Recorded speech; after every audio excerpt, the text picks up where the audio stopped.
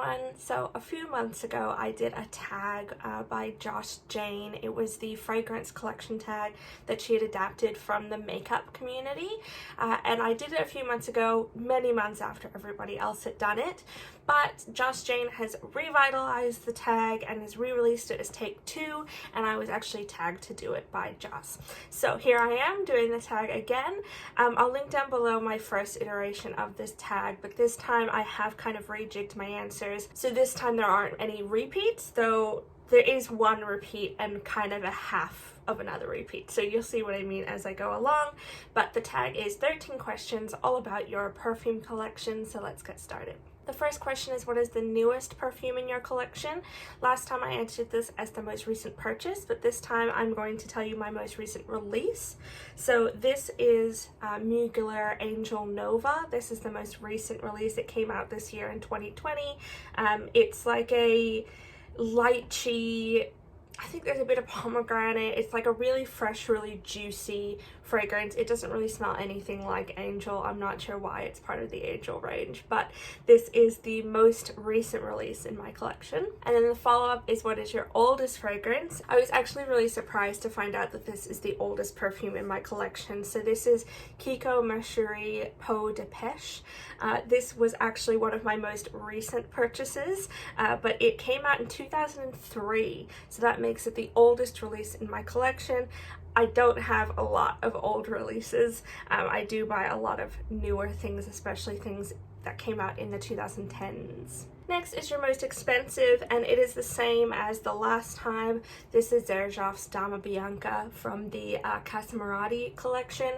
This is a really beautiful vanilla powdery white floral. To me it smells like vanilla ice cream. It is one of my favorites, and I paid just under 400 Australian dollars for 100 mils while I was in Italy in 2018, so it remains the most expensive perfume in my collection. And then of course, what's your most affordable? For me, that's Elizabeth Arden Green Tea Pomegranate.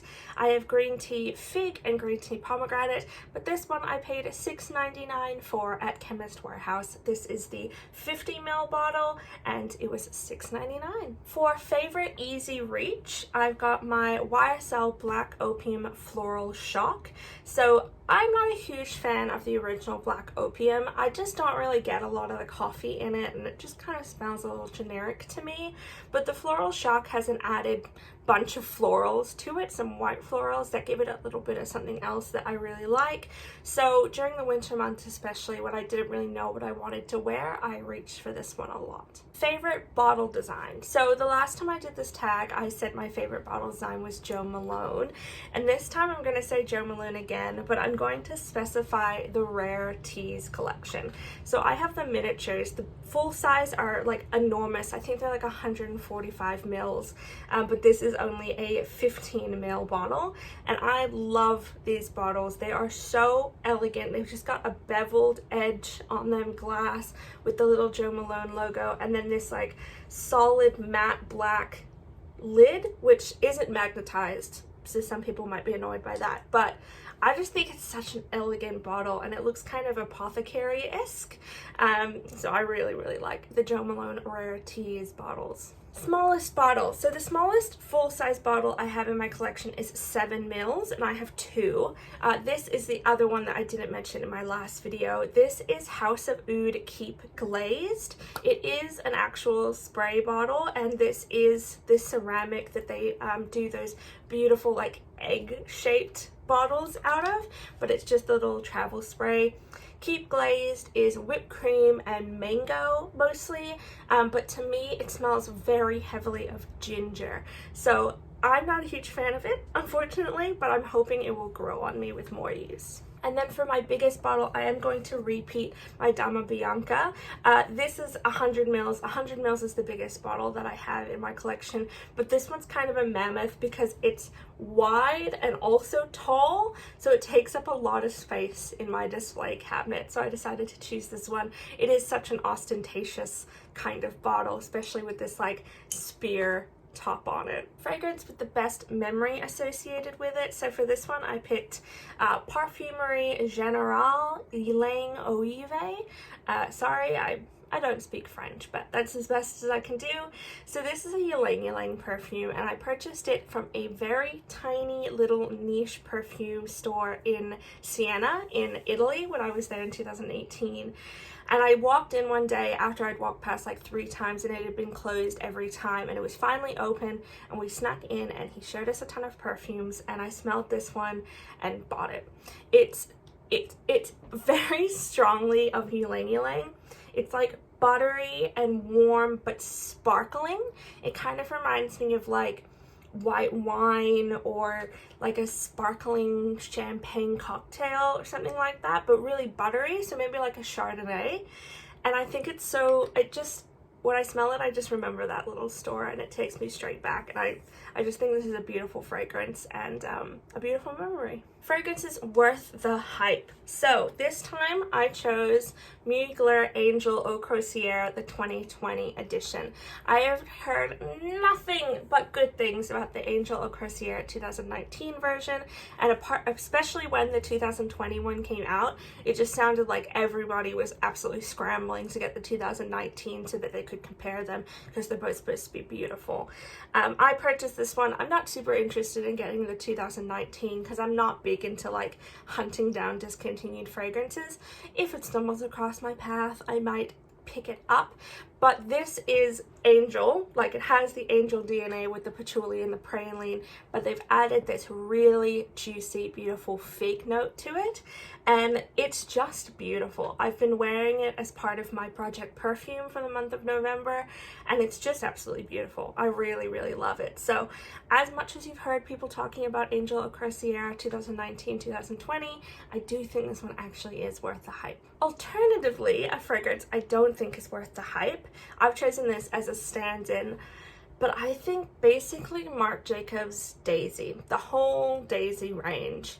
I kind of like the original Daisy Love and the Daisy Love Sweet, I think it's called, but other than that, they're just like fine. I think they're great for like preteen girls because they're fresh and springy and easy, and you could wear it every day and not get sick of it. But I've gone through in my teenage years 2 full-size bottles of Marc Jacobs Daisy, so I probably never need to smell it again in my life. I've had Daisy Oh So Fresh and I sold it. I had Daisy Oh So Fresh Days and I sold it. I'm just holding on to Daisy Oh So Fresh Twinkle because it's the only violet perfume I currently own. But if I come across something better, I might sell this one as well. I think they smell really green, really like a field of daisies, and they don't wow me. So when people think of like a scent to buy for their niece for Christmas or whatever, yeah, you could go with Daisy, but there's a lot better options out there. I think I really like Salvatore Ferragamo's perfumes, whether it's from the Amo range or the Signorina range. They're beautiful and sweet and floral. Or ones like Coach has some really beautiful ones as well. I just think I'm over Daisy. That's just me. I just think Daisy has had its time. Next is my favorite fragrance from my favorite house. So for the first iteration of this tag, I told you hands down my favorite fragrance from my hands down favorite house. So this is going to be my runner-up. This is my favorite fragrance from my second favorite house, just to make things interesting. So this is Nue de Cellophane by Xerjoff. I really like the Xerjoff range. I don't hear a lot of people talking about it unless they're talking about their like vanilla one, whatever is Berlin Boy or something. I hear a lot of people talk about that one, but it's not really my cup of tea. It's a bit too spicy, but I really like their florals. So Nue de Cellophane is an osmanthus white floral. It's really juicy, really kind of uplifting. It's a really nice, easy floral scent, and it is my favorite from their range. And last but not least, it's my most used fragrance. So again, I told you my most used fragrance in the first iteration, so this is going to be my most used fragrance this year.